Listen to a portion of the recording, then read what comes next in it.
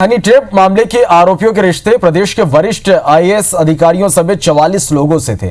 Police मुख्यालय के जानकारों के मुताबिक 2 दिन पहले मध्य प्रदेश हाईकोर्ट को बंद लिफाफे में सौंपी गई जांच रिपोर्ट में इन अफसरों के रिश्तों का खुलासा किया गया है। रिपोर्ट में जिनके नाम है उनमें प्रदेश के एक पूर्व शीर्ष अधिकारी, 2 रिटायर्ड अतिरिक्त मुख्य सचिव, एक प्रमुख सचिव, एक अतिरिक्त प्रमुख सचिव और एक सचिव स्तर के अधिकारी भी शामिल है। साथ ही एक पूर्व मंत्री के आरोपियों से रिश्ते भी सामने आए हैं। ये सब नाम एसआईटी चीफ ने हाई कोर्ट के समक्ष रखे हैं। हाई कोर्ट ने एसआईटी चीफ को स्टेटस रिपोर्ट पेश करने के लिए कहा था और साथ ही यह भी कहा था कि इन मामलों में किन किन के नाम सामने आए हैं यह भी कोर्ट के समक्ष पेश करें। अब हाई कोर्ट के आदेश के बाद आगे कार्रवाई की जाएगी। कांग्रेस विधायक कुणाल चौधरी ने भी बीजेपी की सरकार पर आरोप लगाया कि सरकार इस मामले को ठंडे बस्ते में डालना चाहती है। वहीं बीजेपी नेता राहुल कोठारी का कहना है कि खुद कांग्रेस की सरकार इस मामले को दबा रही थी।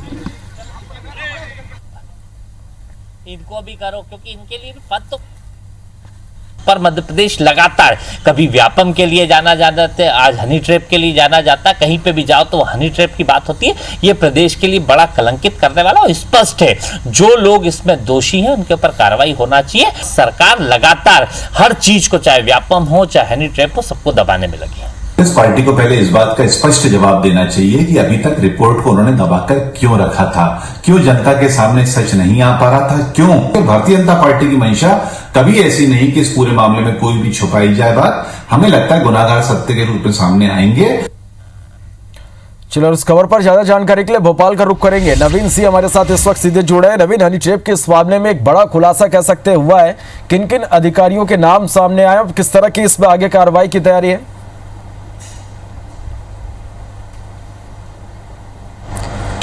देखिए श्रवण, मध्य प्रदेश का सनसनीखेज हनी ट्रैप कांड था ये, और इस मामले में लगातार जांच चल रही है। एसआईटी इसमें जांच कर रही है और एसआईटी ने हाईकोर्ट की इंदौर खंडपीठ में गुरुवार को सीलबंद लिफाफों में अपनी रिपोर्ट सौंपी है और 3 सीलबंद लिफाफे हैं। इन 3 लिफाफों में बताया जा रहा है कि 44 से ज़्यादा अफसरों, नेताओं के नाम हैं। ये वो नाम हैं जिनके रिश्ते हनी ट्रैप गैंग की आरोपियों के साथ थे। ये रिश्ते किस तरीके के थे हालांकि ये साफ नहीं है, लेकिन ये माना जा रहा है कि इन जो आरोपी हैं इनसे इनके रिश्ते लेन देन के रहे हैं। इसके अलावा दूसरे ठेके दिलाने में इस तरीके से लेन देन और इस तरीके से रिश्ते रहे हैं। हालांकि ये जांच का विषय है। एसआईटी इस मसले पर भी जांच कर रही है कि किस तरीके से हनी ट्रैप गैंग की आरोपियों ने अफसरों को इस्तेमाल किया, लेकिन फिर भी 44 ऐसे अफसर हैं जो सीधे तौर पर इनसे जुड़े हुए थे। इन अफसरों के अलावा कई सारे पॉलिटिशियंस भी हैं जो लगातार इनसे जुड़े हुए थे। बताया जा रहा है कि इसमें दोनों ही तीनों पार्टियों के नेता शामिल थे जो इनके संपर्क में थे लगातार। जिस तरीके से पिछले जो कुछ खुलासे हुए थे उसमें भी सामने आया था। हालांकि ये बात ज़रूर है कि मध्य प्रदेश की सरकार नहीं चाहती कि ये जो नाम है ये नाम उजागर हों, सामने आए। इसलिए भी क्योंकि मध्य प्रदेश सरकार की ओर से जो पैरवी कर रहे हैं पुरुषेंद्र कौरव वकील, उन्होंने कोर्ट से दरख्वास्त की है कि चूंकि उन महिलाओं से बहुत सारे लोगों ने बात की थी, चूंकि वो समाज के अलग अलग हिस्सों में काम भी करती थी, इस लिहाज से ये ज़रूरी नहीं कि उनसे बातचीत करने वाला हर वो शख्स अपराधी ही हो, लिहाजा नाम सार्वजनिक नहीं होने चाहिए। साथ साथ पुरुषेंद्र कौरव ने एक और अपील की थी कोर्ट से कि अगली जो सुनवाई हो वो बंद कमरे में होनी चाहिए सुनवाई, ताकि जिस नाम पे अगर चर्चा हो रही हो तो कम से कम वो नाम बंद कमरे के बाहर ना जाए।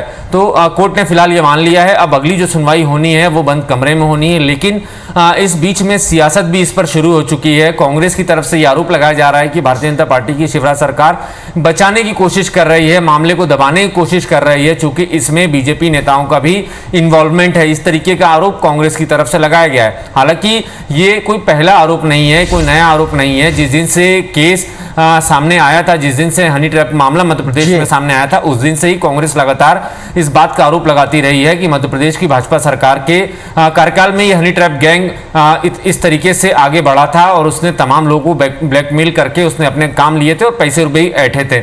हालांकि बीजेपी कांग्रेस के आरोपों से इत्तेफाक नहीं रखती। बीजेपी नेताओं का कहना है कि चूंकि 15 महीने में कांग्रेस की सरकार मध्य प्रदेश में रही है और पिछले 8-10 महीनों में जब सितंबर 2019 में ये जब मामला सामने आया था उसके बाद से ही कांग्रेस की सरकार लगातार इसको दबाने की कोशिश कर रही थी, चूंकि इसमें कांग्रेस नेताओं का भी इन्वॉल्वमेंट था। तो ये मुद्दा अब सियासी हो चुका है, ये मुद्दा भी सियासी हो चुका है नवीन, और इसके साथ ही अब लगातार इस पूरे मामले में खुलासे भी हो रहे हैं। देखना होगा कि अब इस मामले में आगे किस तरह से ये जो पूरी कार्रवाई है वो हो पाती है। बहुत बहुत शुक्रिया इस पूरी जानकारी के लिए।